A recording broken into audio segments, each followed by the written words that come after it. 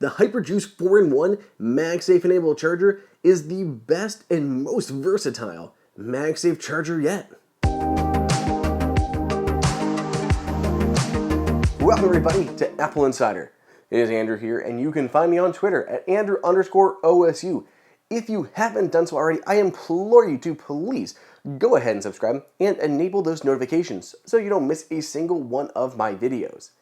I'm excited because I love MagSafe, which is a new magnetic connection and charging system for the iPhone 12 line as well as the iPhone 13 line. Apple will continue to use it with the upcoming iPhone 14, but Apple approved and certified chargers to come to market have been few and far between. So that is why I am so excited for the new HyperJuice 4-in-1 MagSafe enabled charger. Let's go into a bit more detail here. So here's a closer look at the HyperJuice 4-in-1 MagSafe charger. You have your MagSafe charger here on the top left, your Apple Watch charger here on the far right. Both of these are Apple certified. Apple has approved these and made sure they work and are most compatible with your devices.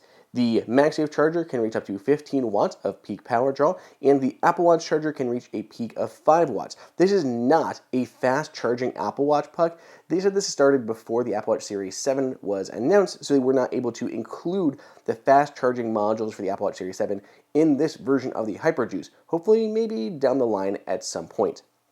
Beyond these two, we have a Qi wireless charger down here on the bottom left, and a second Qi wireless charger here on the far right that is designed for AirPods. It is a smaller space and has a charging speed associated with it because AirPods can only be drawn at around 5 watts of power at most. So this is a lot slower than the larger Qi charging pad here on the left side, which can accommodate a larger device such as a secondary phone or other wireless device.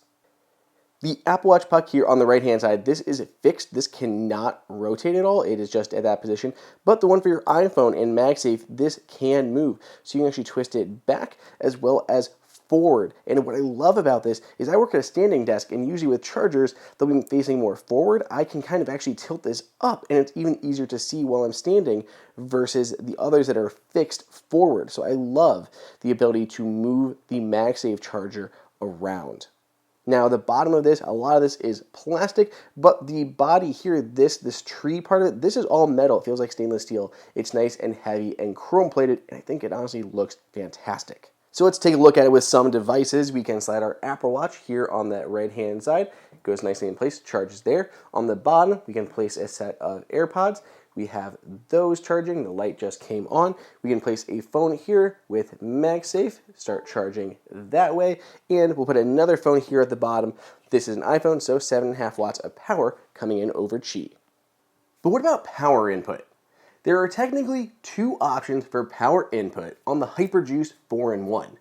In the box, Hyper includes this guy, which is a typical barrel connector. Nothing fancy, you got a barrel connector on the end, and the other side here is actually swappable, so this does come out. You can twist it free, and there is a bag of additional parts that you can swap out depending on where your region is. So it is nice that it is very versatile in where this can, charge your stuff.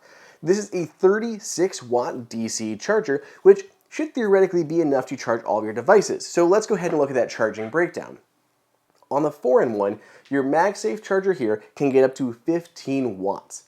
The Qi charger below it, for any older device or Android devices, that can also go up to 15 watts, depending on what the device is. Of course, iPhones can only charge via Qi charging at 7.5 watts.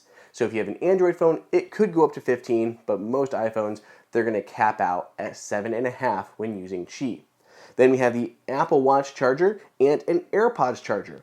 Both of these guys cap out at 5 watts of power, but typical use is probably more along the lines of 3. So let's go ahead and tally all those up. We have 15 and 15, you have your 30, 3 there, and 3 there if they're at their typical usage. So yes, the 36-watt DC charger should be enough to kind of keep everything flowing.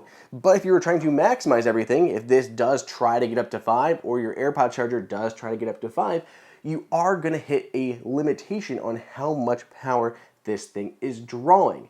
So that is one kind of downside with the included charger.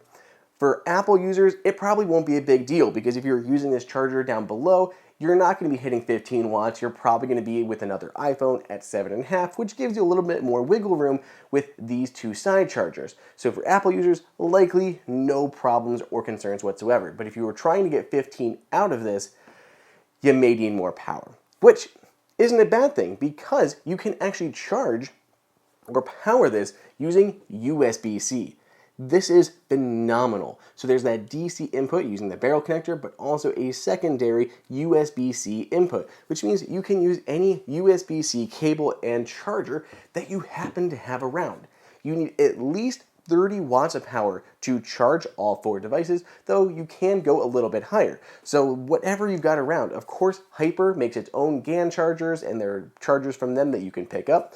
I happen to have one here from Satechi. It's a multi-port one. This is great because you can use one to power your 4-in-1 instead of 2 USB-C ports for other devices like an iPad or a Mac that you may have with you. You can go with something that's just really high output again.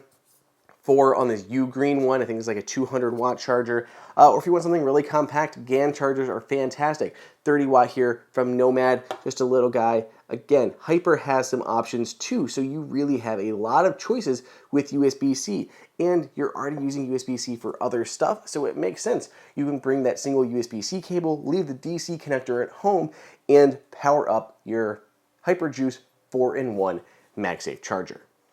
Another neat trick here that differentiates the HyperJuice charger from other charging trees is it actually collapses.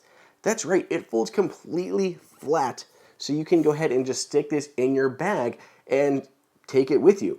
It is a little heavy. You obviously have a metal tree here at the top, and there's a weighted base to it, so it's not a light charger to bring with you, but hey, it charges 4 devices, and it's just an awesome design aspect that it can fold at all. This is something you never see with other chargers, and they're big and bulky like this thing. You're not taking this anywhere. It's just going to sit like this on your desk. This you have options with. It folds so flat, just slip it into a briefcase or messenger bag, anything like that. So I love how portable this is, which is why I said at the beginning of this video that this is such a versatile charger, because you can charge 4 devices, so your iPhone, Apple Watch, AirPods, and a second phone or other wireless connecting device or wireless charging device. You have multiple input options between DC and USB-C, and it even folds to take it with you, so it can work on your desk or on the go. That's why I just love this thing so much. It is a little pricey at $199 from Hyper. Now, Belkin is probably the closest competitor, but it only charges 3 devices. So it charges $50 cheaper at $149. It's up to you how many devices you have, but I love the versatility, portability, multiple inputs that this thing offers, as well as the ability to charge up to 4 devices. So I think this has a lot going for it in what is starting to be an increasingly competitive landscape. Let me know your thoughts down below in the comments. Leave me a note on Twitter at Andrew_OSU. And otherwise, I'll see you guys in the next video.